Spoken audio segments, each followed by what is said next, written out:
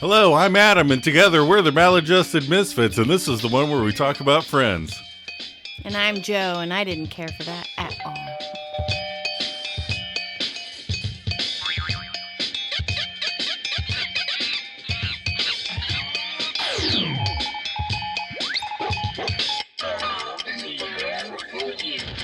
All right, we're on episode 7. 7.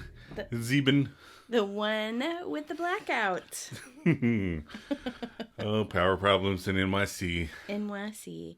All right, our episode director is James Burrows. He's back. Yes.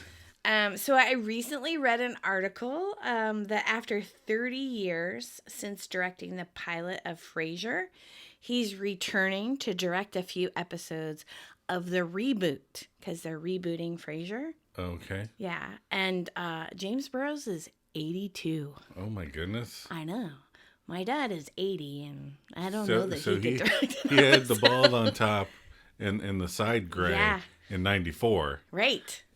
So. That was almost 30 years ago. Right. He was in his 50s. You've got a luscious head of hair. Don't ever lose it. I'll try not to. Hey, butt guy, what the hell are you trying to do? All right. Our writers are... Sorry, James. Our writers are Jeff Astroff. He also wrote episodes for the Julia Louis-Dreyfus, The New Adventures of Old Christine. Okay, never heard of that, but I believe you. You haven't? Oh, I've heard of it. We just never watched it. And he recently wrote Shining Vale that has Courtney Cox in it. We just watched that trailer. Yeah, I'd like to see. I'd like to see that too. And Mike Sikowitz, not Sifowitz. Sikowitz. Sipowitz, who wrote Rules of Engagement that stars Patrick Warburton. Patrick Warburton. No, Cusco's Poison. The poison for Cusco. There you go. Cusco's Poison. So this originally aired on November 3rd, 1994. You wait for me. Is this our podcast or my podcast? Ours. Okay. Read us the IMDb plot. Okay. When New York suffers from a blackout, Ross tries to tell Rachel that he likes her, and Chandler gets stuck in an ATM festival with a model. Awesome. I have some cool trivia this time. Cool trivia? Yeah. So this... I've liked all your trivia. Oh, thank you. This is... Wapa! Wow. We may have to pause and come back when Adam's settled down. All right. This is many of the cast's favorite episode that... Oh, yeah? Yeah. So that's funny. Yeah. They really, really like this episode. It's also the highest rated episode in season 1. See, I did not know that. And that makes some of the statements, some of the things I wrote down for later apt. Yeah. The origin of friend zone, remember when Joey says you're in friend zone? Right. Is unknown. But this episode popularized the term friend zone. Mm-hmm. I read several articles where it's tied back to... Like when people say you're in the friend zone, it ties back to this episode. Right. Which I thought was funny. Yeah, that makes sense. This is the first appearance of Mr. Heckles, although he is titled in the cast as the weird guy. Yes. This one is amazing and I love it. So we talked about how Mad About You is also set in New York City, right? Same time frame as The Friends, right? So Mad About You aired the same day. They released an episode the same day as Friends. Okay. An episode called Pandora's Box, in which Jamie causes a citywide power outage. Oh. And the effects of it are seen on Friends and another short-lived sitcom called Mad Men of the People, also set in New York City and aired the same day. That's funny. I thought that was really cool. Because Mad About You came first. They showed that episode first, and then the Friends, and then this other. So I thought that was really cool. So they did the tying stuff before Marvel. Yeah. So the Friends-averse. The Friends-verse. If you listen to the music in the episode between scenes, it's acoustic instruments because instead of electronic to go with the power outage. Oh. I thought that was clever.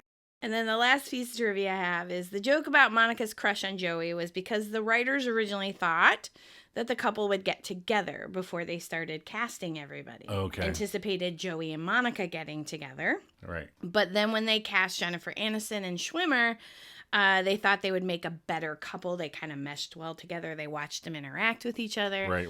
And so, but it's later, Monica's crush on Joey is later brought up in a flashback episode. Right. Why did she tell anybody she had a crush after the whole lemonade fiasco?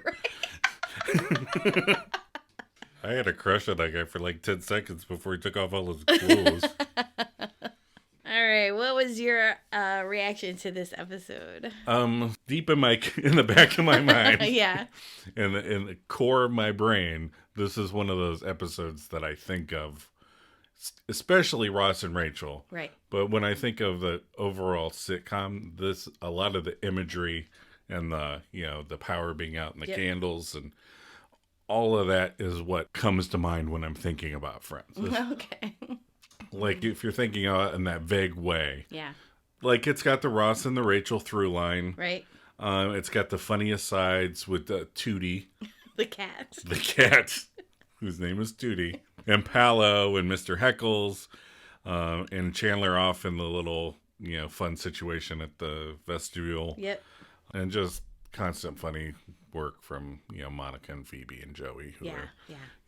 I think one of the reasons the Ross and Rachel storylines work at all is because of how the other characters support that relationship. Yeah.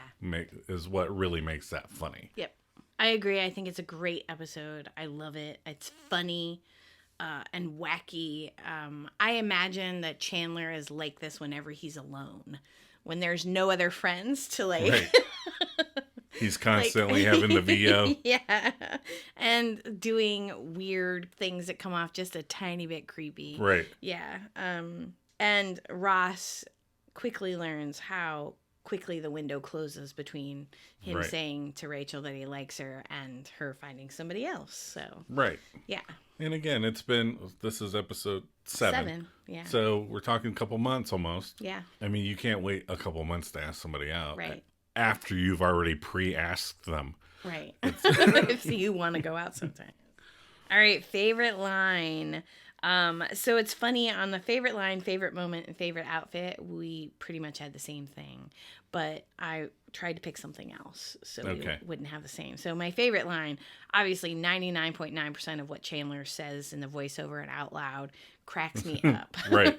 Chandler's really good at this. Yeah. He's got a lot of good but I'm going to go with, I was the last to know when Chandler got bit by the pink hawk at the zoo. I don't know why, but that just makes me laugh. I like when she starts her whole tirade with, "Ah!" So my favorite quote is, "On second thought, gum would be perfection." So awkward. I don't think I've ever used perfection in a sentence like that before. No. And he's not using it right because it should be perfect. Right. And the spell check is always like, you're not using that right. Grammarly. Favorite moment, again, you picked mine, but I tried to find another one. Oh, I'm sorry. No, it's fine. Whoever does their notes first wins. I'm going to go with the some guy awkward moment with Jill and Chandler when he goes, "Did you hear that? I'm some guy." And then he kind of like saunters his way over there. And he starts to do his little Chandler dance. And then she's like, "What? I don't know what to do with this." So he walks back. So my favorite moment was, when Joey and Ross are talking about Rachel. Yeah. And Rachel comes in, they're like, "Shh." And then they're like, "Listen. Did you hear that?" Yeah. And they all have these looks on their faces that are all like, Joey's like, "She fell for that?" What did she hear? I didn't hear anything. Oh my God, that is funny. And then favorite outfit.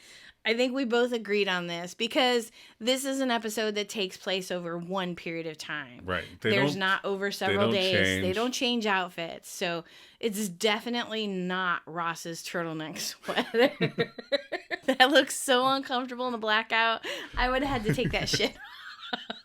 I mean, Rachel's outfit's adorable. Monica looks really cute in that sweater, but I think we both had to go with Phoebe. Phoebe, I'm going to say it's a weird outfit. Yeah. Oh, no, I would never wear it. No. It's adorable But on she her. looks cute. She does. And it's her wavy hair. Yep, that sheer purple top. She wears the hell out of that shit, and she looks really cute, so yes. I agree. Double win. Our first double win. Double win. Phoebe. We're going to try not to do that, but that one was... Yeah, normally we go out of our way not to do that. Yeah. You know, I can only pick so many ironic outfits. So the 3 buttons on Paula's sweater, do you think those come unbuttoned to help you get out of the sweater? Yeah. They should be functional buttons, I think. Those Italians. Dramatic line reading. Gum would be perfection. Gum would be perfection.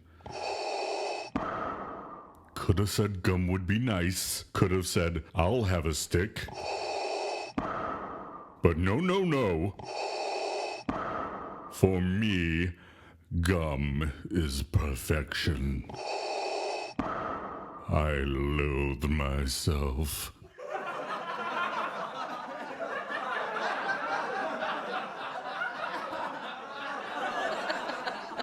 That was a mix of Darth Vader and Bob Terwilliger. All right, we cold open part 1 because there's 2 cold opens. Yes, a split cold open. Right. The first one starts in Central Perk. With Rachel, Phoebe, Monica, Ross, and Joey. And this is Phoebe's first performance at Central Perk, right? First time she ever sings, plays, or strums one note. Rachel introduces her, and I like that she says, this is a song about the moment when you figure out what life is really all about. And then... Strum. Nothing. Thanks, everybody. Yeah, that was really cute. That song was short and to the point. The song is I Hate You, Please Die. That's from Scott Pilgrim, from those of you that don't know. Listen to it. It's pretty funny. Anyway, cold open part 2 takes place in the ATM vestibule with Chandler and Jill. So Chandler goes to get money out of the ATM. And wearing this week's one and only sweater vest. Okay, because he doesn't change. He doesn't change. He's stuck in a vestibule with Jill Goodacre wearing a sweater vest. Right. So then he does his little mini dance. Yeah. Woohoo! I'm trapped in the vestibule with this cute girl. Right.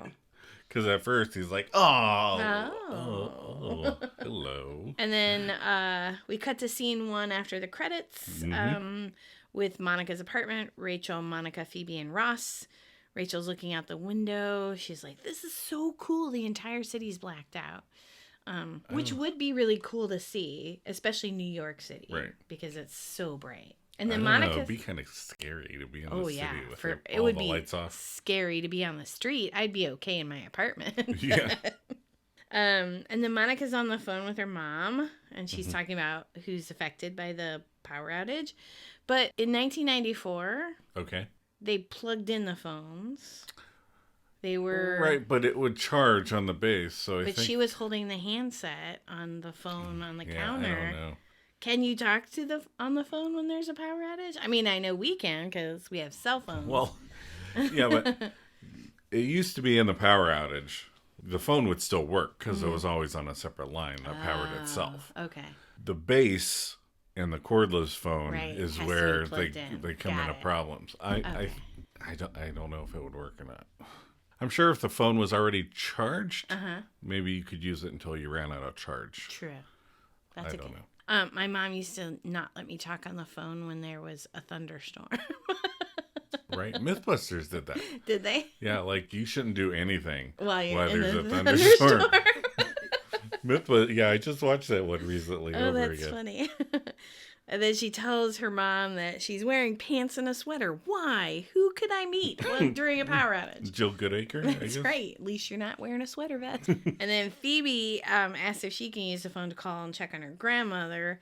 And she goes, what's my phone number? Right. Which in the 90s, I've done that a few times. Yeah. Like, oh, wait. I literally never had to call myself. Well, I don't know. Well, I guess I do know my cell phone number now. I remember my childhood phone number. Yeah. Because you had to memorize it. Yeah. And they've had it. So even when I moved out, my mom and dad still had that phone number. So I still called it. But I don't remember your phone number for when you were. I remember yours. You remember mine? Yeah. So I remember your parents' phone number. I know your phone number now. Do you know my phone number? No. Oh. You're screwed if you can't find your phone. The kid knows it. The girl kid knows it. The girl kid? Okay. She's one of those people that pulls out random facts at weird times. All right. So then scene 2, we're in the ATM vestibule with Chandler and Jill. Mm-hmm. And Chandler's in the corner doing his voiceover work. Right. And like I said before, all his inner monologue just cracks me up. I love it. He's so funny. The whole night his voiceover is. There's not a lot of shows that I remember that use the voiceover a lot. Right. Aside from like The Simpsons. Yeah. So it's fun every time they do it. They bring it out every now and then, and it's fun. And then he realizes that he's stuck in the vestibule with a Victoria's Secrets model, something Goodacre. That's right. I did not know who Jill Goodacre was at the time. I'm trying to think of if I know any Victoria's Secrets. Well, you probably knew Elle Macpherson and was she Heidi Klum was a Victoria's Secrets model. Yeah. And then she calls her mom. She goes, "Hi, Mom, it's Jill." And then Chandler goes, "That's right, it's Jill." That's right, Jill Goodacre. When I was making the notes, I saw that she was married to Harry Connick Jr. Right, because she's listed as Jill Connick. Right. And they met. I almost said Joe Connick Jr. Joe Connick Jr. Like Frank Jr. Right. Jr. Well, maybe his mom's name is Jill, too. So she could have technically do it. Anyway. I digress. So she got married to Harry in April of 94. Yeah, I saw that. They're married at this point. Yeah, she's wearing a ring. Right. She's playing herself. Yeah. Why not call Harry? Why didn't you call her husband? Oh, that would have been hilarious. Oh, no, Harry, I'm stuck in the vestibule with some guy. No, Harry Connick Jr., I'm stuck in Do you think Chandler would have sauntered over if he'd have known? All right, so he's trapped in an ATM vestibule with Jill Goodacre. And he goes, vestibule or atrium? So I had to look him up. Oh, Jesus. You don't want to know? It's fine. No, I do want to know. What was the one in alcoves? In Bruce alcoves. Like, I want to you about the vestibules as well. So a vestibule, the definition is an antechamber, hall, or lobby next to the outer door of a building. Okay. And an atrium is a rectangular open patio around which a house or apartment building is built. It's usually multi-story with either skylights or garden in the center. So remember that apartment we lived in Los Feliz in Los Angeles? That was an atrium. That's an atrium. Yeah. And a vestibule is what they're in. It's an antechamber. An antechamber. I underlined that. I was like, that's interesting. So going with vestibule. They're going with vestibule. And then he does some guy dance. Some guy? I am some guy.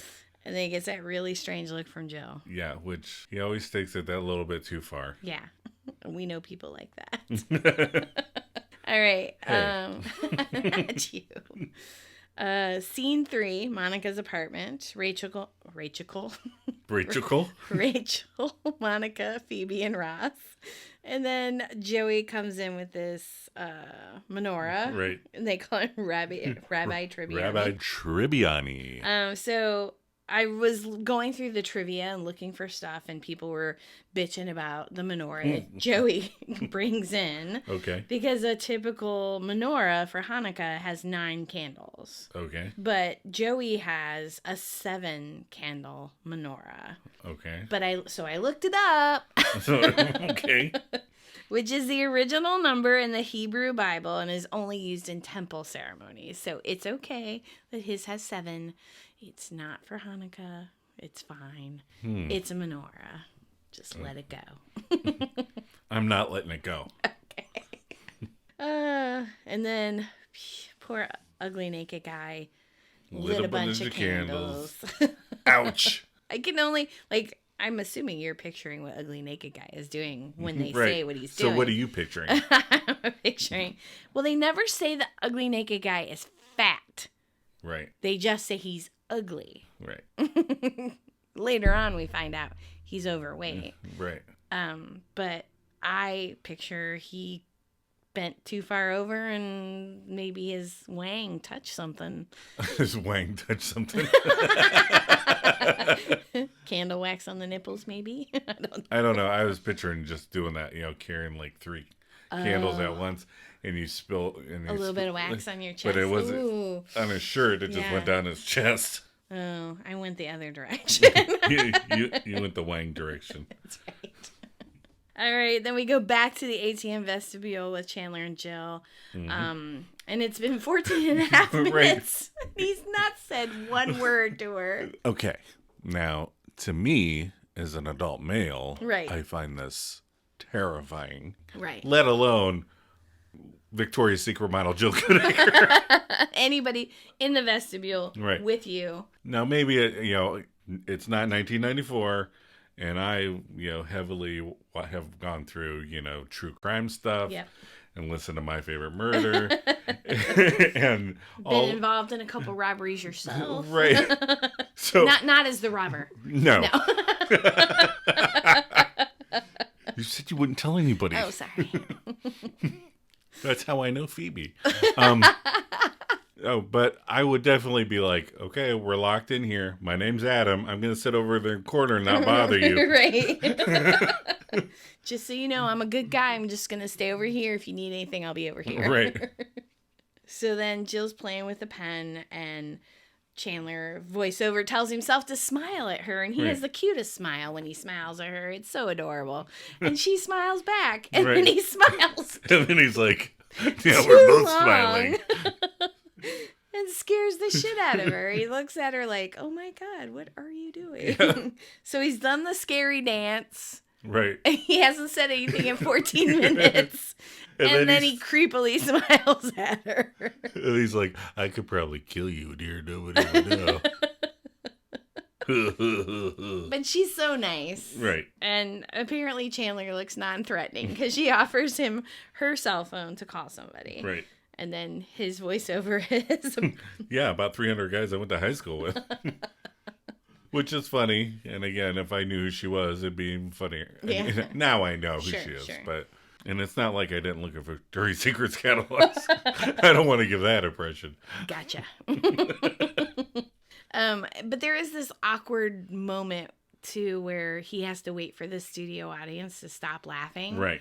So it's like, she asks if he wants to use the phone, and then the voiceover, and then laugh. Yes, I would, thanks. Right. That's one of those things. Every now and then when I'm watching it, the laugh track, if you pretend it's not there and they're waiting for the laughter to die down, you're like, man, this person's taking really long pauses to answer questions. This is it reminds me, again, of The Simpsons, Homer, it's been 5 minutes. So or Penn and Teller, or Penn does that to Joey later. You haven't said anything in 2 minutes. Are you all right? Do you want the phone or not? I'm going to put it away. So then the phone rings in Monica's apartment, so apparently phones are still working. Right. And the ATM vestibule, and Monica answers, and she goes, "It's Chandler. He's fine." And then he proceeds to tell Monica, "I'm trapped in an ATM vestibule with Jill Goodacre." What? I'm trapped. Now, he's clearly saying I'm trapped in an ATM vestibule with Joel. I understand why she wouldn't be getting it mumbled over the phone. Right. With no context whatsoever.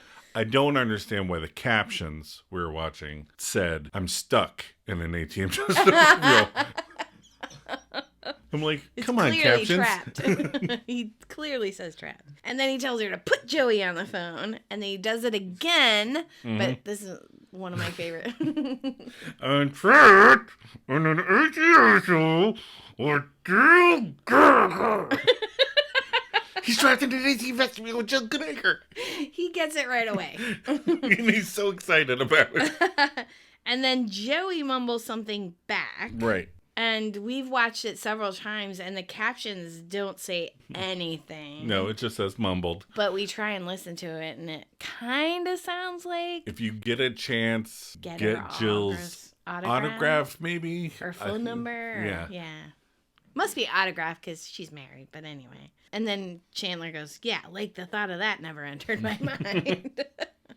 So we're back, scene 6, Monica's apartment. Rachel, Monica, Phoebe, Joey, and Ross. And they must be talking about the strangest place they've ever had sex. Right. Monica says, senior year of college on a pool table. Okay. Joey says, the women's room in the second floor of the New York Public Library. And then when did he use the bathroom? Monica yells at him, when were you ever in a library? Phoebe says... Milwaukee. All right, that is strange. Which is funny. Yep. And then Ross, Disneyland... Makes me uncomfortable with his answer. Yes. Disneyland, 1989. It's a small world behind the Dutch children. So the ride stopped. They got out of the boat. Now, having been... recently to Disneyland and Disney World... and been on both of the rides. They're both similar. Yeah.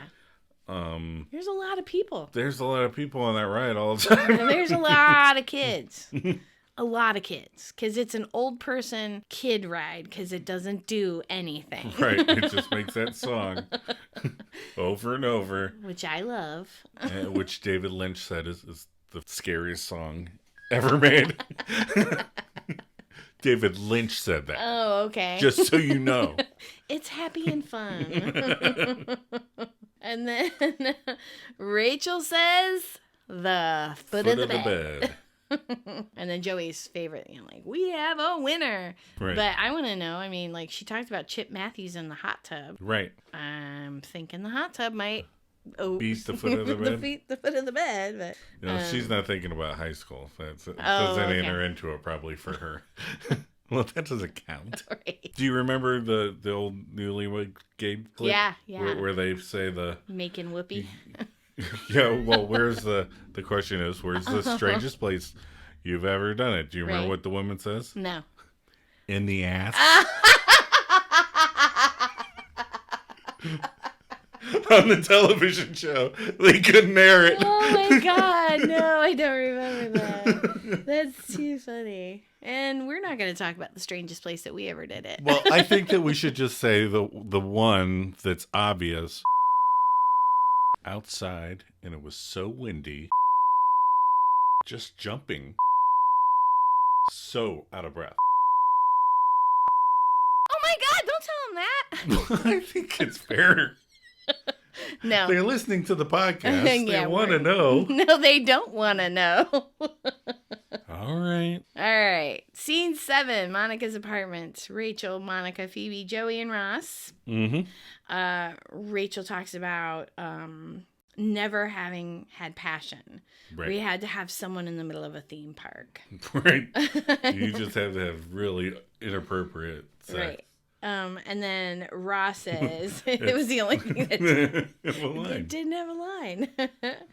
And then she says Barry wouldn't even kiss her on a miniature golf course. Which, again, I'm thinking, every time I've been to a miniature golf course, it's been crowded. So I just imagine her trying to make out with Barry. And like a family of 5 standing right behind them. Oh. The dad's tapping his foot and going, what the?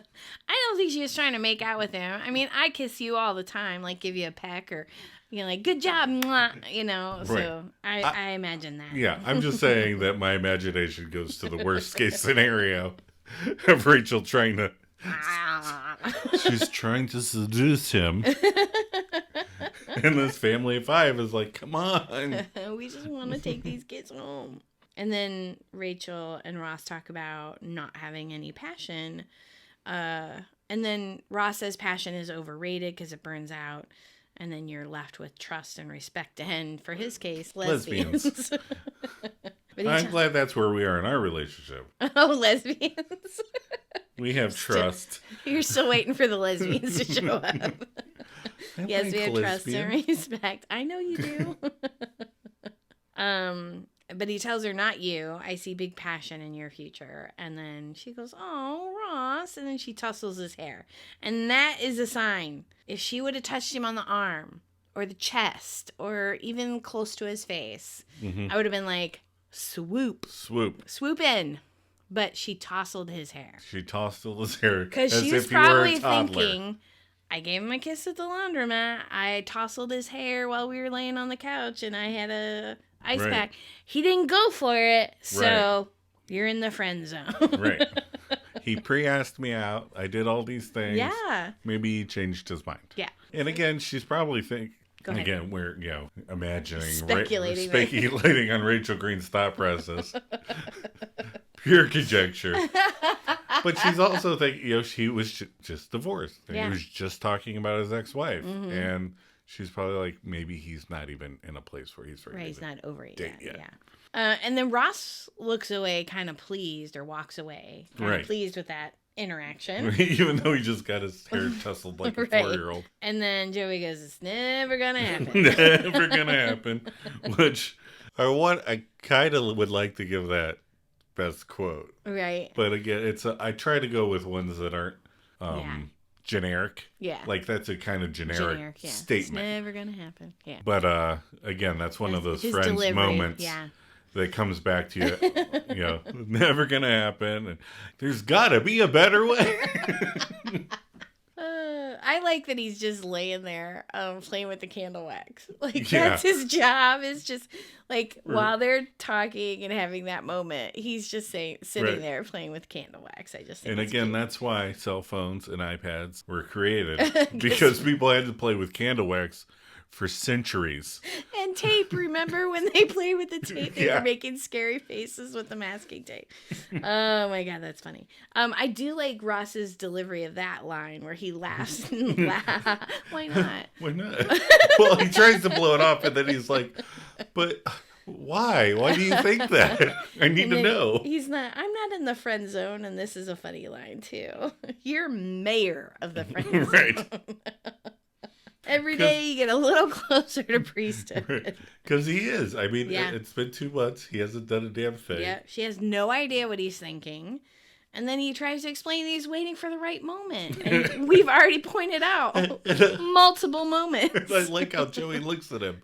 Like, come on, what is throwing you off? Right. We're candlelight. We have wine. Moonlight. Could not be gift wrapped better. Right. And episode 5, we talked about all those moments that he had. Yeah. And that's when Rachel comes out and they do that line that you like, shh, shh, shh, or the moment that you like. Do you hear that? And I love all the looks on their faces. Like, they're confused as to what she thinks she's hearing. And she's confused because she didn't hear anything. Yeah. They're all kind of like, that worked? Okay. And then we go back to the ATM vestibule. Chandler and Jill, this is an amazing moment. Right. Gum, is it sugarless? Sorry, it's not. Then no thanks. What the hell was that? Again, that's another generic line that is amazing. Yes. So I didn't put it as my favorite quote, but I've said things to people and been like, what the fuck is wrong with you? Why did that come out of your mouth? I know. Why did you say that to the podcast listeners? Yeah. I think it's funny that she has bubble yum in her bag. Yeah. And it's odd normally to have bubble yum and then for a model to have it, I just thought it was really weird. And Jill's like, he thinks I need too much sugar. Sugar? Yeah. And then Chandler's voiceover, Jill Goodacre offers you mangled animal carcass. You take it. And that reminds me. Jill Goodacre asks you if you're a god. You say yes. The Ghostbusters line, exactly. I love it. Then we go back to Monica's apartment with the rest of the friends. There's a lot of scenes in this episode. Yeah, there are. It flips back and forth. And there's a lot of scenes that, like the last one is just the gum joke. Yeah. You know, right. Like there's a lot of scenes that are just a joke and we're out. So Phoebe's singing about the power outage and she writes down notes. Mm-hmm. And her little song is cute. It is cute. It's that perfect Phoebe song. It is. Which we've never heard her sing before. Right. So it's really cute introduction to the type of song she makes. I like that Lisa Kudrow didn't like playing the guitar. Yeah. So had I been on a sitcom that did really good and I was making $1 million an episode, I'd be like, maybe I'll take a guitar lesson. I don't know. Nope. She knew enough to get by. Right. She knew enough to play Phoebe songs. Yep. And Phoebe never got any better. Nope. And I love that. I've seen a really funny meme that has a picture of Phoebe and Lady Gaga because she was in the special, remember? Uh-huh. And it says, a very famous musician, and sitting next to her is Lady Gaga. I just thought that was cute. That's cute. So then Ross says he's going to go in. Okay. And they start with a handshake and they go in for a hug for luck. And I just like how all the guys hug each other. I think that's really cute. Because in 1994, that just wasn't like normal guy interaction with each other. Right. Like, think about your friends. You probably didn't hug them very much. Right. Well, right. But like in that time era, you had things like even like Bill and Ted. Yeah. They would hug each other and then break apart and be like, slur word. Yeah. Right. And it'd be like, okay. But I like throughout the entire series, they all hug each other. All the guys hug each other all the time. So, and then Joey tries to prevent Monica from going outside, and she keeps asking why. And he tells her that Ross is planning her birthday party. Oh, he's so sweet. She gets so excited. She is. And then Phoebe goes, "What party?" She gets really mad about always being the last to know. Yeah. I was the last to know when Chandler was bit by a peacock at the zoo. I was the last to know when you had a crush on Joey. What? Oh, second to last. And then on the balcony, Ross is trying to ask Rachel out. And he was like... and he's doing the Russ taking for everything. Yeah, it's like weird. And then she's it's annoying, going, isn't it? Yeah. Oh. And she's doing the like, and he thinks she's excited. It's like Vince Vaughn flirting with the girl at the end of Yes. Swingers. Yes. Yeah, and then she's making faces at the baby. Yeah, right. Yeah. So I always thought that was so funny. And then it's like, yes. I know you're excited in a squeaky weird way about me asking you out. And then the cat jumps on his neck. And so it was part of the trivia that Ross was allergic to cats, but they only used a real cat for part of the scene. Because then the rest you can tell is a stuffed cat. Well, yeah. I mean, you can't do that with a real cat. Sure, no, but, of course. The singing and I was like, man, it's got to be hard to do a scene when the audience is just guffawing like crazy and you're just trying to get through the song. Well, you only hear the beginning of the song, like the words to the beginning of the song. But I really like how Joey is super into this song. Like, he is really singing it. He loves the Carpenters. Joey Tribbiani loves the Carpenters. Because he is just like giving it his all. It's so cute. So then we must have cut to commercial because we come back and we're in the apartment. And Monica's about to put Bactine on Ross's neck. And I remember Bactine. Yeah, it won't hurt. But candle wax might. Candle wax might sting a bit. And then they're like, we have to find who Tootie belongs to. Just put Tootie in the hall. In the blackout? He'll be trampled. Yeah. He's not a cute monkey. Oh my God. Sometimes I forget that the monkey. Ross had a monkey. Oh, I can't wait to get to those. Get to Marcel. So then we go back to the ATM vestibule. Just for a second, I want to go back. I like how when Ross is going to do something sweet and then something happens to distract him, he gets mean. Yeah. He always is just mean right after that. Right. And it's like, easy, dude. Dude. So they go back to the ATM vestibule, and then Chandler says, on second thought, cum would be perfection. It's such the stupidest line you could ever say to somebody, let alone a Victoria's Secrets model that you're trapped in an ATM vestibule. And I hate when you're nervous and you're trying to impress or you're trying to sound like normal even. Right. And then you sound like an ass. And sometimes I do this at work. I'll start stories all the time and then realize it's only funny to me and you because it was an inside joke. Right. And then you're like, now I don't know how to take this or where to end it. Right. And I'm going to guffaw and you're just going to be staring at me. Yeah, they think I'm weird at work. Well, you are weird. It's okay. But yeah, I like when she throws it back later. Yeah. Because that just shows how weird it is. Yeah. Oh, I snort last. And then we go back to the apartment building. So they're in the apartment building hall because they're trying to find Tootie's owner. Right, Tootie's owner. And then the first apartment door they go up to is, the melons. They hate all living things. Which I think is a funny line. Right. Oh, yeah, it wouldn't be theirs. And how did they find that out? That's what I want. Right. And then they knock on Mr. Heckle's door, which is weird guy in the credits. Yeah, it's mine. Yeah. And then Phoebe's like, he seems to hate you, and that cat really is struggling to get away from her. I think she just hates Phoebe. And then it's, what's his name? Bob Buttons. You're a very bad man. You owe me a cat. We had a cat named Bob, a girl cat. Yeah, we had a girl cat named... Well, we just named the litter before we knew what they were. Right. Because my mom brought home a box of kittens. These are in my work parking lot. Yeah.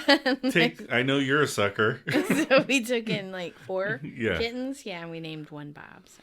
And then since the cat ran away, Phoebe and Rachel go off looking for it. And they're, here, kitty, kitty, kitty, kitty, kitty. Buonasera. Wow. The timing of the wow and the candle bothered me. I mean, she had to pull the candle up to her mouth. Right. And then she went, wow. Right. And then it went out. You have trouble with all the physical comedy bits. Yeah. I don't like it. I like when it looks natural and but and all I'm thinking at this point is so Paolo, the Italian guy, has a boy cat that he named Tootie. Do we know its name is Tootie, or do they just call it Tootie? Well, why would they just call it Tootie? You know, like I call Cooper Boo Boo sometimes. I assumed that the cat had a tag on it with Tootie that Paolo bought and put on the cat. All right, well, he named his cat Tootie. I should have looked that up. Tootie. Buonasera. Then we go back to Monica's apartment. It's just Monica, Joey, and Ross. Come on, Lucky Sixes. And they're playing Monopoly. Yeah. And I think this is the last moment of hope for Ross in a while. Yep. So Rachel comes in bearing Paolo. She's got him wrapped on her arm. And Paolo is played by Cosimo Fusco. Cosimo Fusco. Yes, he was born in Matera, Basilicata, Italy. Why would you do that to yourself? I know. Why would you do that? He was born in Italy, everyone. And he looks older. So I got tired of this. I looked up how old he was. He was 32 during the filming. Right. So he looks older. I don't think is necessarily out of their range. FYI, Aurora was 25. Okay. Alan was 31. Okay. Bob was 36. Okay. And Paul was 35. Wine guy Paul. Yeah, 35. So apparently Monica likes older guys. Yes. Which is apt because Paolo she's like, hi. Hi. Hi. Hi. Hi. Hi. I just love that. She does that so well. So Paolo is actually speaking Italian. I watched this little YouTube video the other day because we were like, is he really speaking Italian? Mm-hmm. Or is he just like blah, blah, blah? Doing Ross's thing. Right. It sounds like Italian, but then sometimes it's like, I'm not sure. Right. So I looked it up. Because I don't know Italian. I looked it up and there was this little video of the actor talking and he said he did not speak a lot of English. He is actually Italian. And when they brought him on set, they were just like, ad-lib whatever you want. Okay. So they didn't give him any lines, but they said, do whatever you can not to say more than one word in English. Like, if you're going to say something in English, just one word. Like, so what Paolo says when he walks up to the guys and starts talking is, hi, guys, I just moved in and I live in the floor below. So I guess that we'll see quite a lot of each other. That was his ad lib. And Ross is like, no. Yeah, I hope not. And then he recognized Monopoly. And then Ross asks, where did Paolo come from? Rachel says, Italy. No, I mean tonight in the building, suddenly into our lives. I like that line. Yes. It's so funny. Oh, the cat was Paolo's. And Rachel keeps touching him. So she's got her arm linked in his arm and she's rubbing his... How much does Ross hate this fucking cat? Right? It jumped on his neck and it belongs to this really hot guy. He was on the fire escape above them. Going, I'm going to mess this guy up. She looks cute. What can I do? So then Phoebe comes in and says exhaustedly she can't find the cat anywhere. And Rachel goes, oh, it's Paolo's cat. I found him. It belongs to Paolo. And she's like, and I'm the last to know. I'm assuming this is Paolo. Yes, I'm the last one to know. Again. So they introduce Phoebe, and Paolo says to Phoebe, you're gorgeous too. If you were all this beautiful, I'll just move in here. And she goes, you betcha. You betcha. So her you betcha goes along with what he said, which is really cute because I think later in the series, Phoebe says she speaks Italian. So right. She calls that girl that Joey's dating a stronzel, and she goes, oh, Italian isn't one of your languages. Yeah. I have a hard time separating what I know about Paolo in the future. Oh, yeah. I don't want to automatically be on Ross's side. Right. And Ross is about to do a couple things that I feel are a little sketchy anyway. But I want to be open to the idea of Paolo being, a positive for Rachel. Right. And they're all enamored with him. And, I know that, everybody likes accents and different languages. For sure. And so I don't want to be too hard on him. But again, we know where he goes in the future. Right. So it's kind of hard to just be like, you are, not yet, but you're going to be a crab weasel. Hey, can I introduce you into Aurora? Yeah. You guys might get along. That's right. All right, so then we go back to the ATM vestibule with Chandler and Jill. And Chandler's voiceover, again, hilarious. Blow bubbles, it's impish. And bubble yum is really hard to blow bubbles with anyway.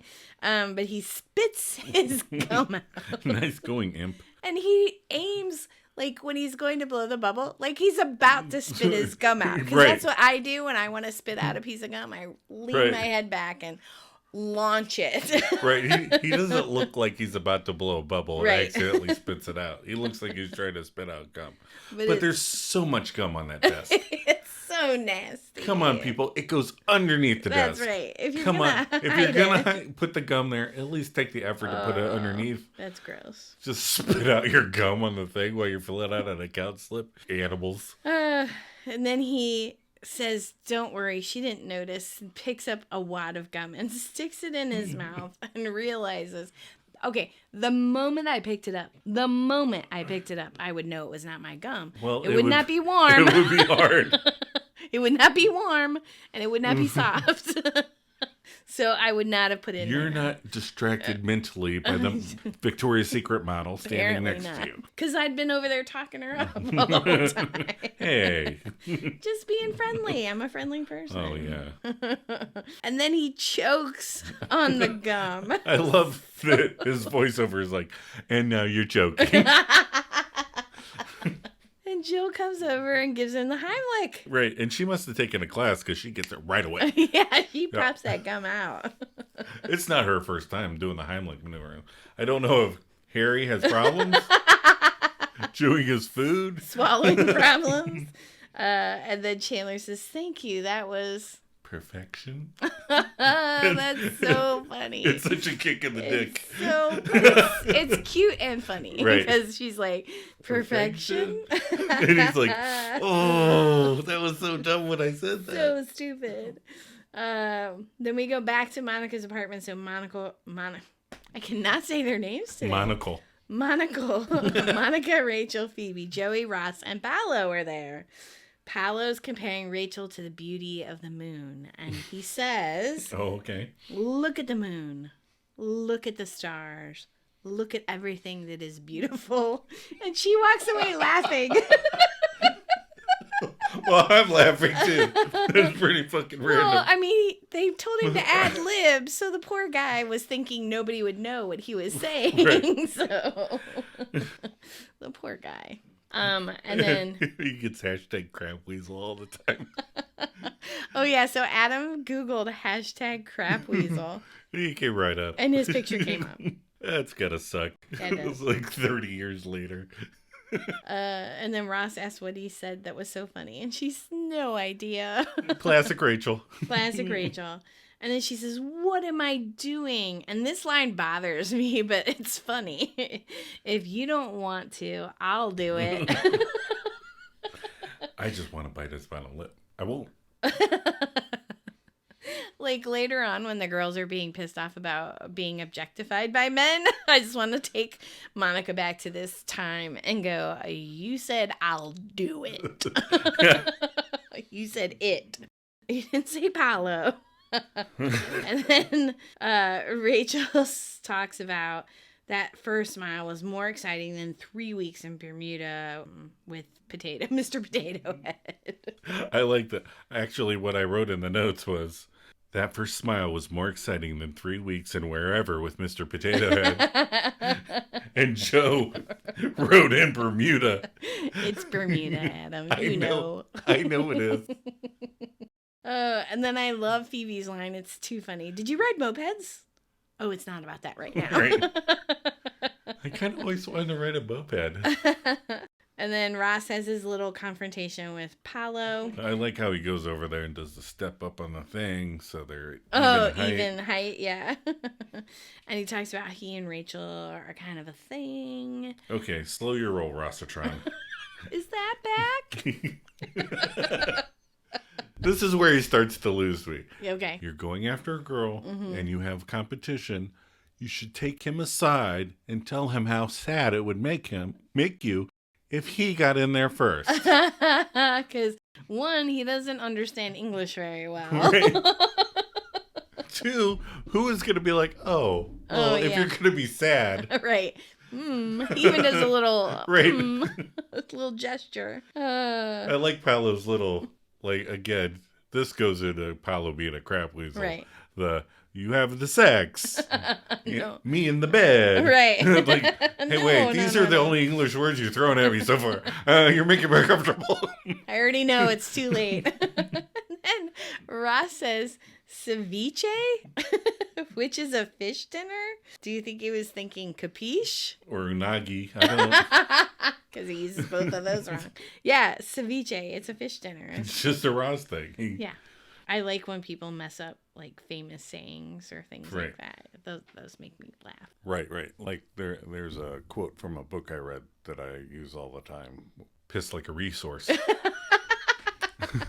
Instead of racehorse. It was resource. That was Bear versus Shark, I think. There was a little kid that said all the sayings wrong. Oh, remember when our kid number 2 used to say, instead of aye, Captain, he'd say, nice eyes, Captain. Nice eyes, Captain. When he was a toddler. Yeah. He'd be like, nice eyes, Captain. And he would salute you. And then he went to school, the first week, the kindergarten teacher told him he was saying it wrong. Nice eyes was so cute. Yeah. All right. Then they go back to the vestibule, and Jill's trying to show Chandler how to swing the pen around.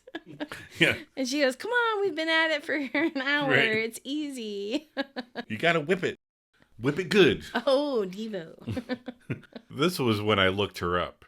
Oh, okay. Because they're just sitting there playing with the pens. Right. They look like two middle schoolers right. flirting with each other. They don't want to touch each other. Right. And I was like, this seems weird. Not overly weird. Okay. I mean, not that I expected them to be making out or anything, but that's when I was like, oh, she's married at this point. Right. So she's trying not to. Right. Yeah. He's just being, a guy in the vestibule with someone he recognized. Right. Plus, he's done all these weird things. Right. So she's probably like, he'd probably like this. I'll show him how to do this. Right. He's a goober. Let's do this. And she was like, it's an hour and he can't do it. I thought he would love it. I want to heal myself. A paddle and ball is going to be too complicated for this guy. Then we go back to Monica's apartment. Monica, Rachel, Phoebe, Joey, and Ross and Paolo. Phoebes, look. The last candle is about to burn out. It reminds me of my sister when we were little. Oh, yeah? I'm going to start something because it looks like it's going to... 10, 9, 8, 7, negative 46. Or minus 47, minus 48. The timing on that is off, too. Well... The timing's off because they have to turn off the lights. Oh, okay. Because the candle goes out and it has to be pitch black. Right. The stage lights it. The candle's actually not lighting the stage. Instantaneous darkness. Come on, people. I think it's really funny too. I was watching the episode on HBO Max. Through Amazon. Right, through Amazon Prime. And when it gets to this part, it always stops and goes to the next You were episode. so annoyed because you're like, it keeps turning off the episode early. I think their stupid AI program is just like, it's a black screen. It must be over. I'll start the next episode. So we had to go to our copy, which is saved on Vudu, and watch the last couple minutes. So if any of you had trouble out there, I think it's the weird AI program. The screen goes dark and it's like, this must be over. I don't know. And then Joey does his evil. Whoa! And then I have Ross. the definitive one. And the lights come back on, and Rachel and Paolo are sitting in a tree. Kissing. Yep, they're kissing. And Ross shaking to his core. He looks like he's like a mini heart attack. He grabs his chest. He kind of bends over. And then Monica's and Phoebe staring at them makes me kind of uncomfortable. Like you don't like watching your friends make out? No. With Italian guys? No. I mean, I get it. He's kind of good looking, but I would be like, oh, they're kissing. And then I would look away. I would not stare at them kissing. Oh, they are making out. Oh, that's a tongue. I saw his hand's going south. Oh. And then Joey's line is amazing. He walks up to Ross and says, it's probably not the best time, but you have to throw a party for Monica. Yeah, poor Ross doesn't even hear him. He's just like staring at his worst nightmare. And then, so the tag of the episode goes back to the ATM vestibule. And Jill says that this has been fun. And Chandler thanks her for letting me use the phone and saving my life. And then she says, goodbye, Chandler. I had a great blackout. And she kisses him on the cheek. Right. That's super cute. Right. And then Chandler says to the camera, hi, I'm account number 7143457. I don't know if you got any of that, but I would really like to copy that tape. Yeah, because the electricity came back on long enough for them to see the kiss. So, yeah. Well, if the bank knew what they were doing, the camera caught everything. Oh. For the whole evening. He's watching it. I just wanted the last 5 seconds of this. Don't make me watch it all. And that is the end of the episode. Yeah, that's the end.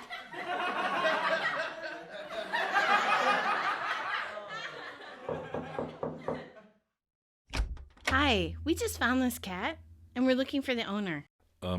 Yeah, it's mine. He seems to hate you. Are you sure? Yeah, it's my cat. Give me my cat. Now, wait a minute. What's his name?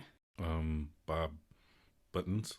Bob Buttons? Uh-huh. Bob Buttons. Here, Bob Buttons. Ooh, you're a very bad man. You owe me a cat.